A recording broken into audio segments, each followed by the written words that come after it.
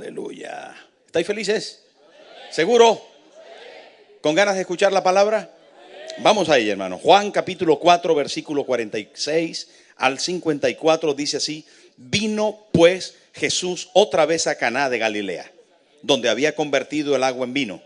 Y había en Capernaum un oficial del rey, cuyo hijo estaba enfermo. Cuando oyó que Jesús había llegado de Judea a Galilea, vino a él y le rogó que descendiese a sanar y sanara a su hijo, que estaba a punto de morir. Entonces Jesús le dijo: si no viereis señales y prodigios, ¿no creeréis? El oficial del rey le dijo: Señor, desciende antes que mi hijo muera. Jesús le dijo: ve, tu hijo vive. Y el hombre creyó la palabra que Jesús le dijo y se fue. Y cuando ya él descendía, sus siervos salieron a recibirle y le dieron nuevas diciendo: tu hijo vive. Entonces él le preguntó a qué hora había comenzado a estar mejor. Y le dijeron: ayer a las 7 le dejó la fiebre. El padre entonces entendió que aquella era la hora en que Jesús le había dicho: tu hijo vive. Y creyó él con toda su casa. Esta segunda señal hizo Jesús cuando fue de Judea a Galilea. Hermano, de este pasaje hemos compartido ya probablemente más de una vez. Yo recuerdo una vez, hace poco tiempo, un par de años o así, que estuvimos predicando en la iglesia sobre este pasaje. Pero hoy más que nunca y en estos días pensé en la importancia que tiene este pasaje. Gracias, chicos, podéis bajar. Sois una bendición. Gracias por la alabanza. Aplauso de ánimo.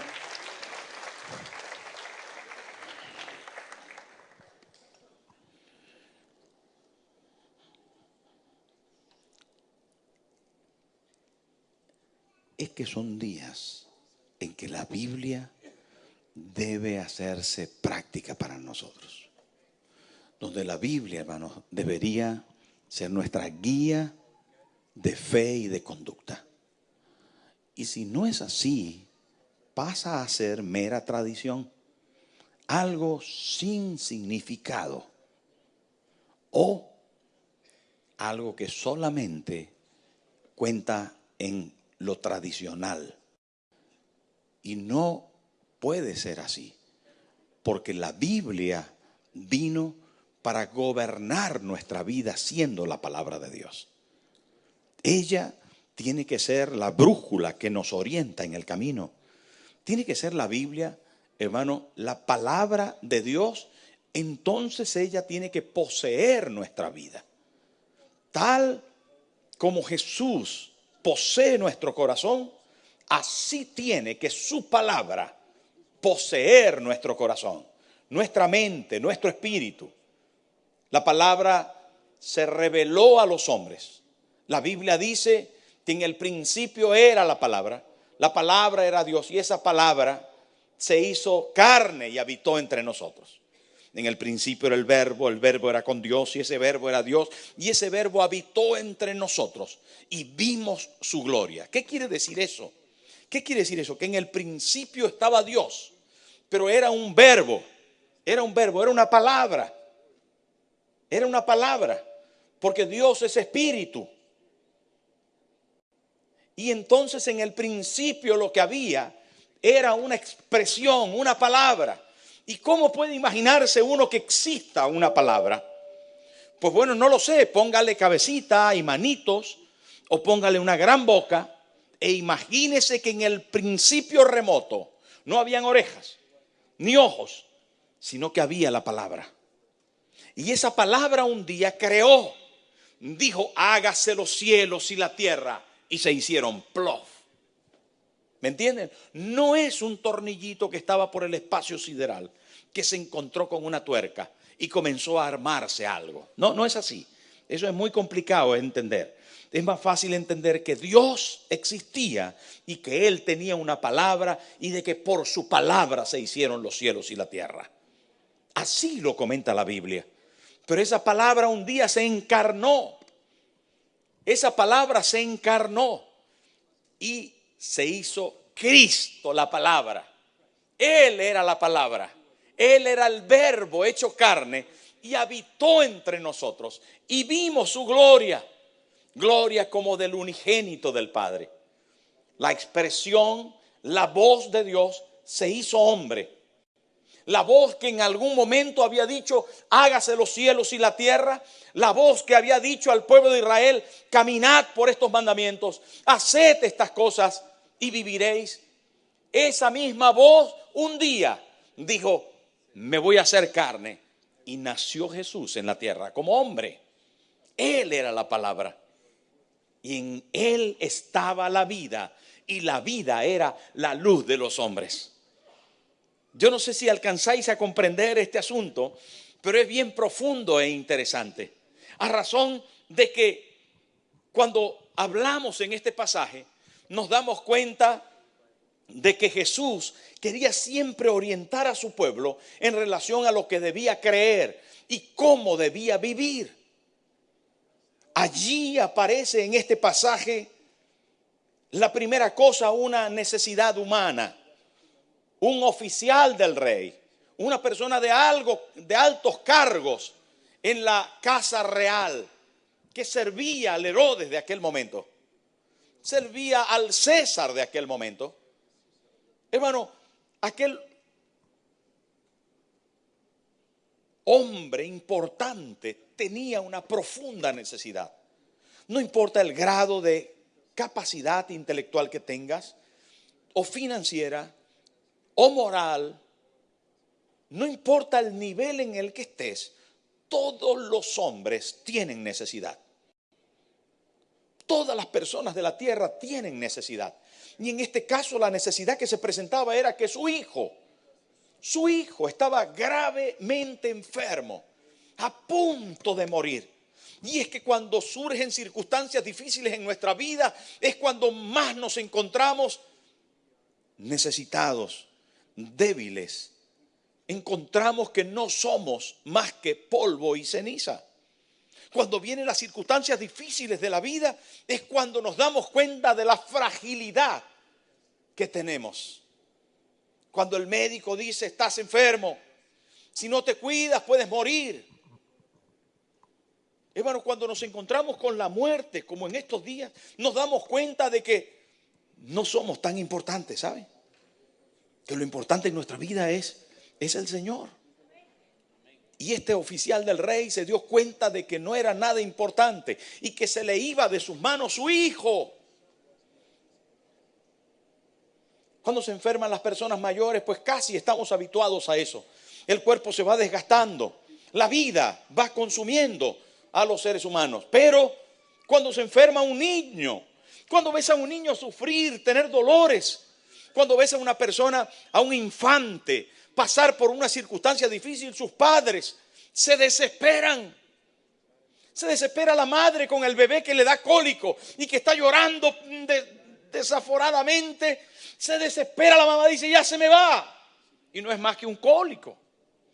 Pero imagínese usted que realmente se dé cuenta esa madre o ese padre de que su hijo se le va de las manos. Y es que hay cosas que algunas veces se nos van de las manos. Y los médicos en ese caso, la mayoría de las veces, con respecto a la ciencia médica y a los médicos de aquí, no tenemos muchas salidas. No tenemos muchas salidas. Hay pocas salidas en la ciencia médica. Y los médicos te dicen, tómate un ibuprofeno. ¿A quién le suena eso? Un paracetamol. Tómate el paracetamol y descansa. ¿Sí o no? Y 2 litros de agua diario. Ya esa historia ya no la sabemos. Que no la sabemos todas. Pero hay cosas que no valen con paracetamol. Hay cosas que no valen con ibuprofeno y cosas que no valen con 2 litros de agua diario. Y en este caso estaba el oficial del rey, apurado, porque su hijo se estaba muriendo. Y es que hay cosas que se mueren. Hay cosas que se mueren.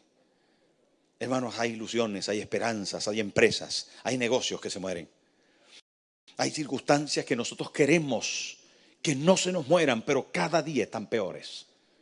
Y hay, hermano, en la vida situaciones a las que nos estamos enfrentando que son de vida o de muerte. Y es allí donde la vida del cristiano corre se aboca a buscar esperanza en Cristo porque entiende que en Él sí que hay esperanza y vida. Y este oficial del rey, no sé cómo, pero se enteró que Cristo estaba allí en Caná y vino desde Capernaum hasta Caná. 35 kilómetros recorrió. Es probable que tuviera un caballo o un burro, una mula o algo. Así que se hizo en un día entero el camino. Cuando la gente va a el Camino de Santiago, eso caminan unos 30 kilómetros diarios. 10 horas de caminata. Si tienes un caballo, pues te lo haces en menos, ¿no? En 6, 5 u 8, no lo sé, depende del caballo.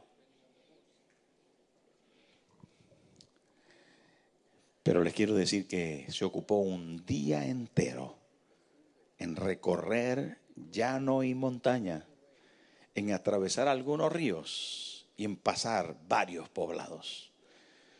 Tuvo que detenerse a comer y seguro que lo hizo muy rápido, si es que lo hizo. Su objetivo estaba claro, su hijo estaba muriendo y necesitaba traer de vuelta al Jesús que sanaba. Buen objetivo, hermano. Buen objetivo. No importa en la circunstancia que te encuentres. El Señor Jesús tiene solución para ti. Él tiene respuesta para ti. ¿Cuántos dicen amén? Él tiene respuesta para ti. Dile al que tiene al lado, Jesús tiene una solución para ti. Díselo. Que crea. Anímale a creer. Él tiene una respuesta para ti. ¿Se lo dijiste ya? Y ahí, hermanos, el oficial del rey, bien vestido, elegante, llevaba alguna ofrenda en el bolsillo por si acaso. Llevaba todas las armas. Se había pensado muchas veces lo que le iba a decir a Jesús. Y cuando llegó a aquel lugar donde Jesús estaba, le dijo, por favor, ven conmigo, desciende conmigo. Ven conmigo, que mi hijo está gravemente enfermo. Date prisa. Se muere mi hijo, por favor, ven conmigo. Planteó su necesidad tal como era. Parece que se dejó de rodeos a la hora de la verdad. Le salió tal como él sentía. No se inventó una oración tan especial, no hizo vanas repeticiones, no hizo ninguna cosa trascendente, planteó su necesidad tal como era. Señor, ven conmigo que mi hijo se muere. Qué buena oración, hermano. Qué buena oración, una oración clara, sensible, a la necesidad. Nos enseña a poder orar con claridad, con determinación. Y entonces Jesús responde a esta oración. Y responde enderezando los pies de la fe.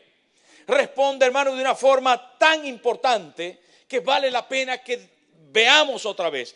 ¿Qué es lo que Jesús dijo cuando este hombre habló a Jesús planteando su necesidad? Dice aquí el versículo bíblico tan extraordinario, dice: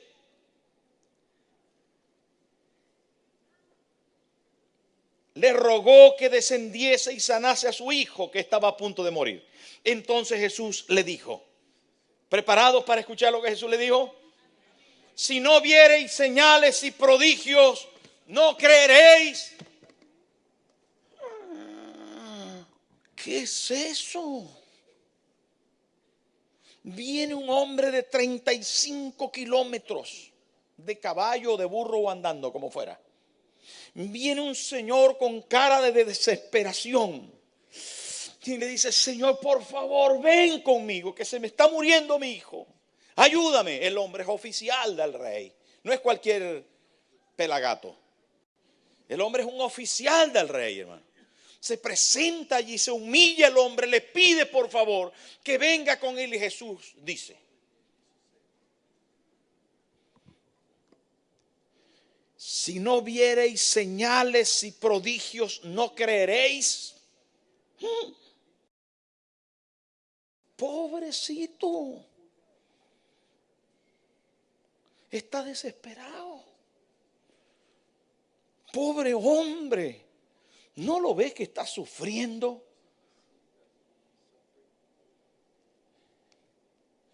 Y es lo que nos sucede a nosotros cuando no comprendemos esta palabra, cuando no tenemos una fe clara que apunta hacia el futuro.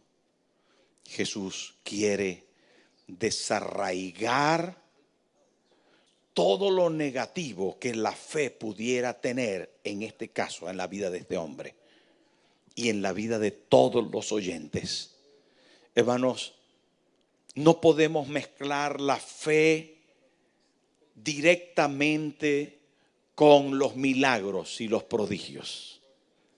La fe tiene que estar basada en la palabra de Dios. No puede estar basada en lo que vemos, sino en lo que oímos.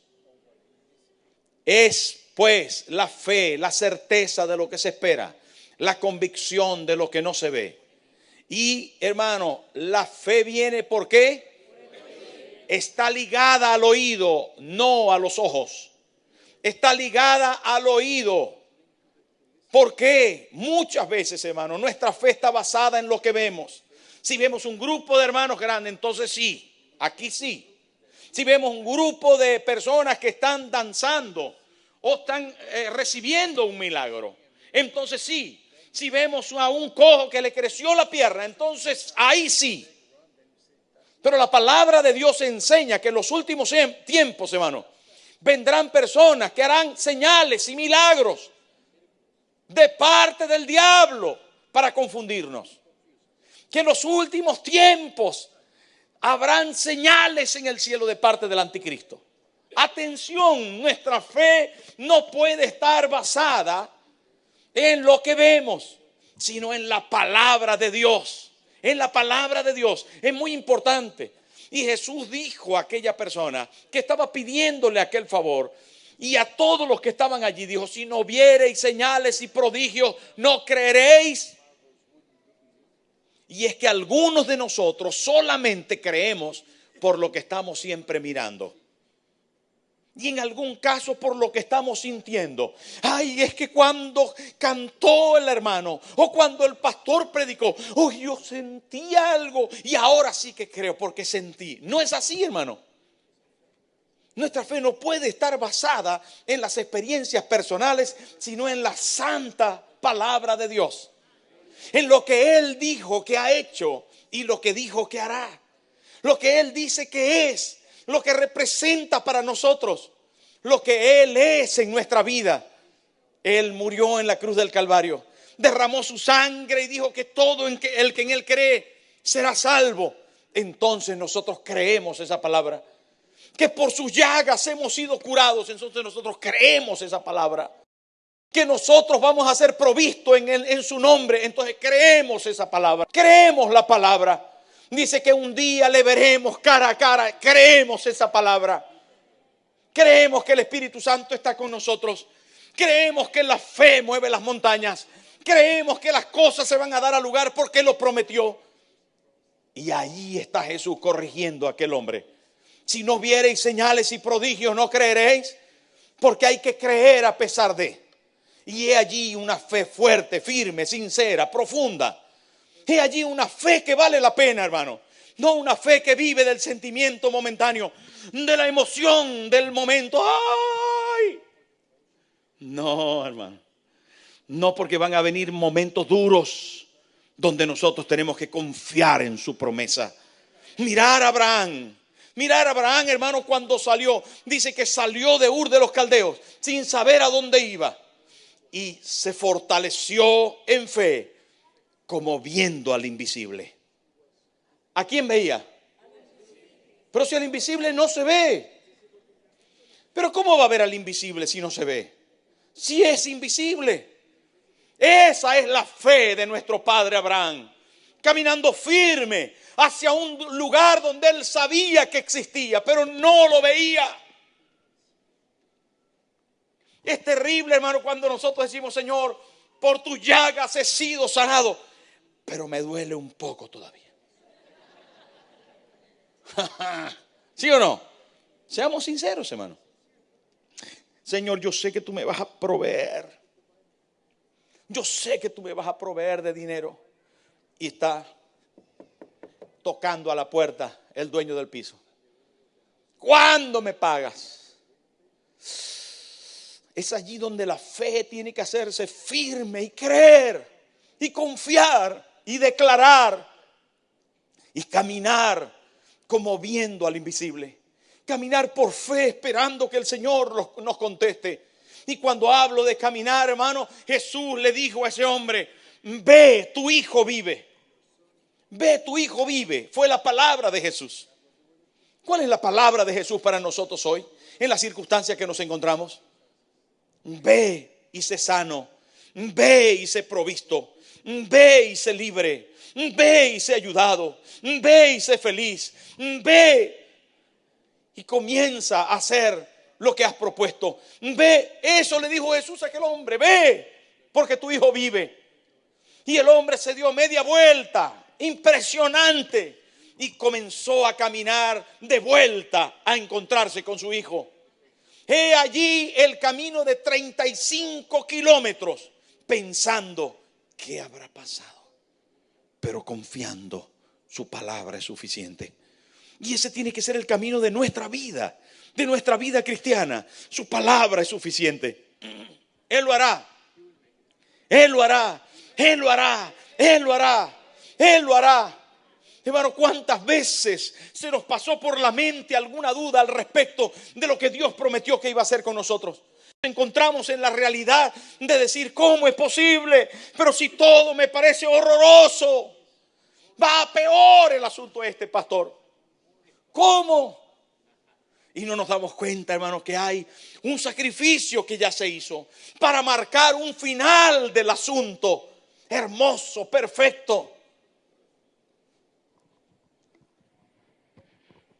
El muchacho de unos 6, 7 años estaba en el colegio y su madre lo fue a visitar.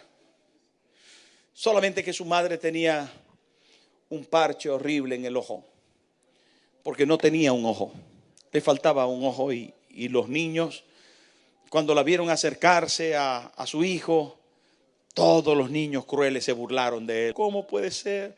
Tienes una mamá que le falta un ojo, y todos crueles se burlaron. El niño se ofuscó, volvió a la casa y le dijo: mamá, ¿cómo fue que fuiste? Ahora todos los niños se burlan de mí porque fuiste y te vieron que te falta un ojo. El niño se ofuscó terriblemente, le dijo: nunca más vuelvas a hacerme eso, no me visites más en la escuela. Creció y se fue a vivir a otro lugar. Se graduó y no tenía buena relación con su madre porque se avergonzaba por causa del ojo. Un día, viviendo en otro continente, le nacieron un par de niñas y tenían más o menos esa edad, unos 5, 7 años. Y la mamá decidió irle a visitar. A Singapur se había mudado. Y cuando llegó la mamá a visitarle, abrió la puerta, fue una sorpresa para el hijo, no la estaba esperando, pero sus hijas estaban allí y se impresionaron tanto que otra vez este hijo, ya adulto, le dijo: mamá, ¿cómo no avisaste para venir? Otra vez has venido a asustar a mis hijas. La madre se disculpó y dijo: pensé que te ibas a alegrar y quería conocer, pero discúlpame. Y la madre se devolvió de su viaje. Pasaron unos meses y él decidió visitar la ciudad donde había nacido, donde estaba su madre, en una pequeña casa antigua. Y cuando llegó a la ciudad le dijeron: tu madre murió, ya no la puedes ver. No me digas. Se resintió y le dijeron: pero los vecinos creo que tienen algunas cosas para ti. Y él fue y efectivamente su madre le había dejado algunas pertenencias y la propiedad de la casa. Pero entre las pertenencias que le había dejado, dejó una carta. Una carta donde se disculpaba la mamá. Y le decía: hijo, perdóname por haberte visitado de forma imprevista, pero quería conocerte. discúlpame por haberte marcado en la vida con la falta de mi ojo.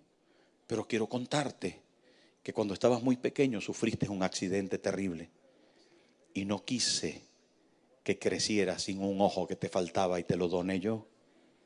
Uno de tus ojos es mío y lo doné para ti cuando estabas muy pequeño.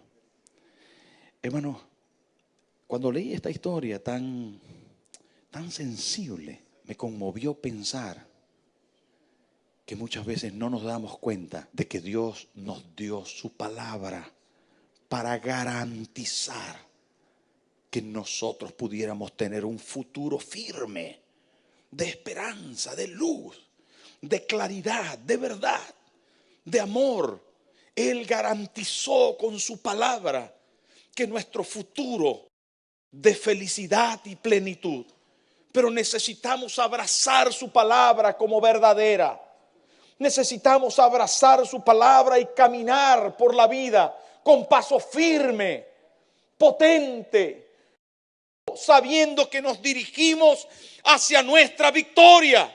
Nos dirigimos hacia la respuesta positiva de parte del cielo. La palabra será para nosotros fiel y digna y se hará realidad. Lo que hemos pedido lo veremos. Lo que la Biblia promete lo veremos. Lo que el Señor ha dicho en su palabra, ni una tilde ni una jota pasará. El cielo y la tierra pasará, pero su palabra no pasará. Ella se va a cumplir y se va a cumplir en nuestra vida. Se va a cumplir en nuestro diario vivir, en nuestros negocios, en nuestra familia. Se va a cumplir, hermanos. El oficial del rey caminó hacia su casa. Caminó por un largo. Son muchos para caminar, son muchos para cabalgar. De que era segura esa palabra. Por el camino iba pensando que seguro que Cristo lo había hecho. ¿Qué le dirían al llegar? Y cuando estaba llegando, dice, cuando descendía, los siervos salieron al encuentro de él. Salieron los Señor, tu hijo vive. ¿Saben que en el griego del Nuevo Testamento o algo así, sino se va a la vida, a la realidad de que hay muerte o hay vida? Y cuando estos siervos le dijeron, tu hijo vive, es porque se le había desaparecido la enfermedad. Se había producido en él una salud radical. La fiebre que le atormentaba se había ido. Y los siervos vinieron diciendo, Señor, tu hijo vive, tu hijo vive. Y él se alarmó de tal manera, se alegró, que preguntó desde cuándo comenzó esa mejoría. ¿Desde cuándo comenzó a vivir? ¿Desde qué momento? Y le dijeron, ayer a las 7. Ayer a las 7. Y dice la palabra, y él entendió que fue el momento en que la palabra había salido de la boca de Cristo. Hermano, Jesús dio su palabra. En esta manera, una palabra de gloria para nosotros. ¿Cuánto tiempo tenemos que caminar en la vida para ver la respuesta a esa palabra? No lo sé. ¿Cuántos kilómetros está distante el que tú conoces? Entonces, camina, avanza hacia tu resultado. Avanza con pie firme, con alegría, con disposición de encontrarla. Avanza para construirla, porque ya se dio. Ya se dio, solamente hace falta que tú en tu interior puedas abrazarla. Y algunas veces larga, otras veces, hermanos, porque queremos adelantar el día de nuestro éxito, fracasamos. La palabra está dada. La palabra está dada. ¿Tu situación? ¿Ah? ¿Tienes una palabra para tu futuro o no? Pregunto, ¿tienes una palabra para tu futuro? ¿Qué piensas que será tu matrimonio? ¿Qué piensas que serán tus palabras tienes para tu salud de futuro? Hermano, ¿qué palabra tienes en relación a tu economía? ¿Cómo va a estar tu bolsillo de aquí al final de este sendero? ¿Qué opinas al respecto? ¿Qué palabra tienes? ¿Qué palabra tienes, hermano? Su palabra es eterna. Su palabra es poderosa y cada vez que la almacenas en tu interior, cada vez que entra por tu oído y se almacena en tu corazón,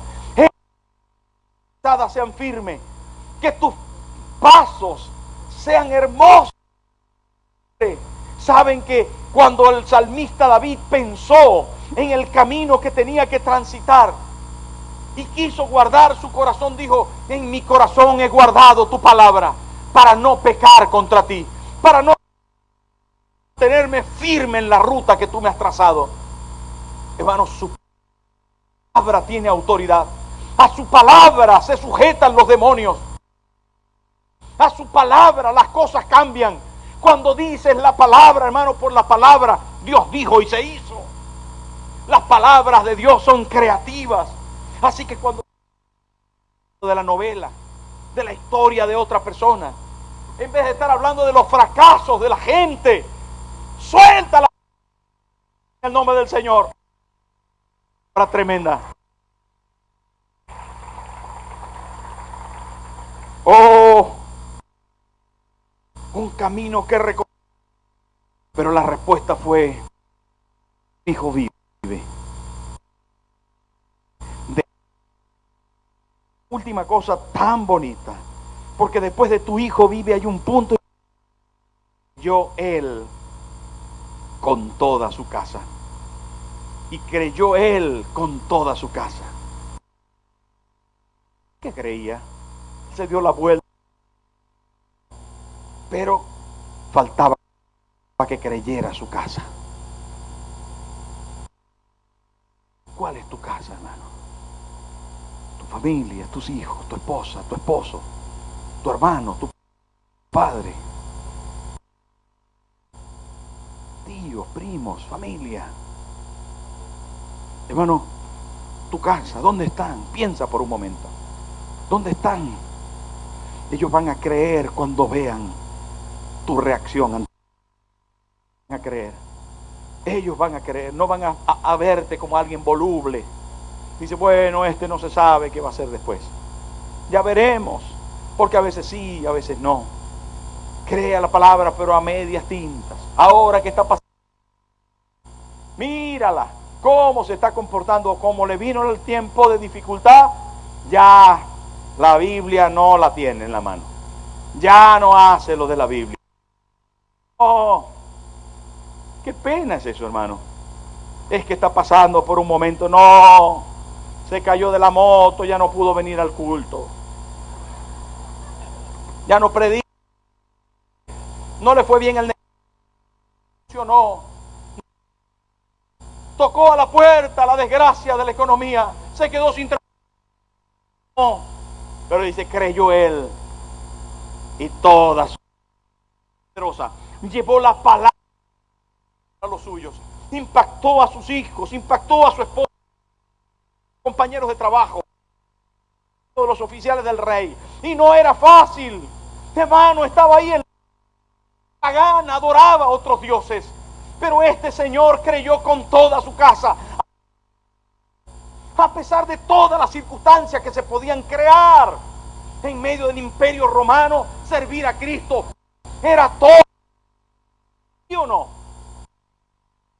El romano perseguía a los cristianos. El imperio romano adoraba.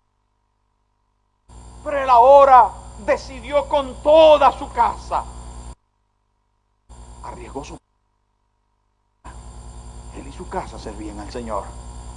La palabra de Dios, cuando es creída, ella misma nos lleva al reto de dar testimonio público de que ya nuestro corazón es de Cristo.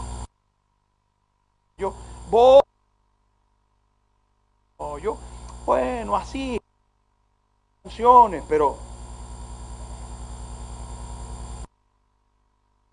pastor, bueno, me gusta. Pero la Biblia dice: el que se avergonzare de mí. ¿Cómo dice, hermano? Dice: El que se avergüence de mí, yo me avergonzaré de él delante de los ángeles del cielo. Oh, ¿cómo puedes osar sentir vergüenza de tu Señor? ¿Por qué?